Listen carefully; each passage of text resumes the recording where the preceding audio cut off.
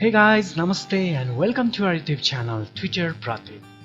On today's CSS session, we are going to learn about CSS opacity properties. By using these opacity properties, we can change the transparency of any elements like images or any color box. So if you want to learn how to change the opacity of any elements on CSS, please do watch our video till end. And before we start, if you still haven't subscribed to our YouTube channel, please do subscribe our YouTube channel and press the bell button that it will be notified whenever we publish our new session videos. So let's start today's session. On start, we have one image in our body. So to make the transparency to this image, we can add a property for this image element, opacity, and we can give the value from 0 to 1. This 0 value means 100% transparent. That means our image will be disappeared from our body. Similarly, when we give the opacity value to 1, that means our transparency value is 100%. So as per our requirement, we can make the values in between this 0 to 1 like 0.5, which will make our image half transparent. So in CSS, just by using this opacity property on any elements like images or any div blocks, we can make the transparency as per our requirement. Along with this, we can also use this opacity property to make the hover effects like image hover. Now on this image hover state, we are going to make this opacity change to 1. It means on start our image will be 50% transparent, and when we hover a mouse on the image will be visible fully. For now we have a 50% transparent image, and now when I hover my mouse, we can see that our image is a normal state. Let's extend this position. Now on our web page, our image is a normal state, and when we hover our mouse, the transparency will be decreased to 50%. Now let's test our opacity using the div with a color background. And first, let's create some divs with different classes.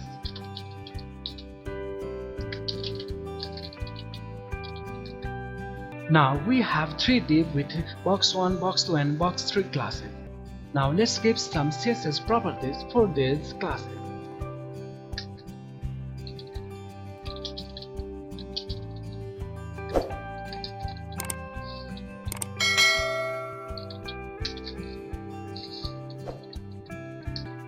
Now let's give some different opacity values for these classes.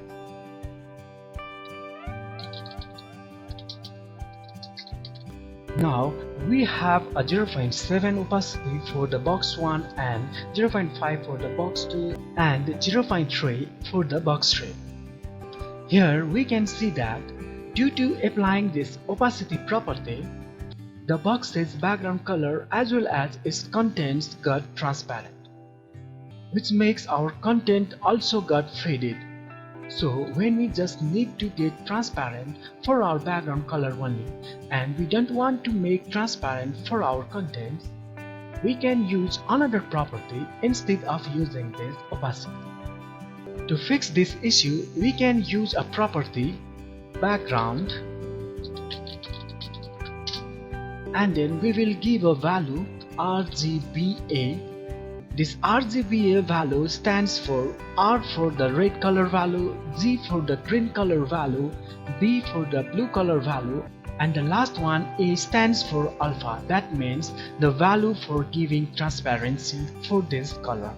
Now we will give the value like 86 for red color, 175 for green color, 80 for the blue color, and the last one is for the transparency. So for now, to give the 0.7 transparency, we will give 0.7 at the fourth value for this RGBA. Now save it. Now we can see that 0.7 value of transparent are applied only for this background color, and for this content it doesn't apply transparency. Similarly, let's give the same property for this box 2 and box 3.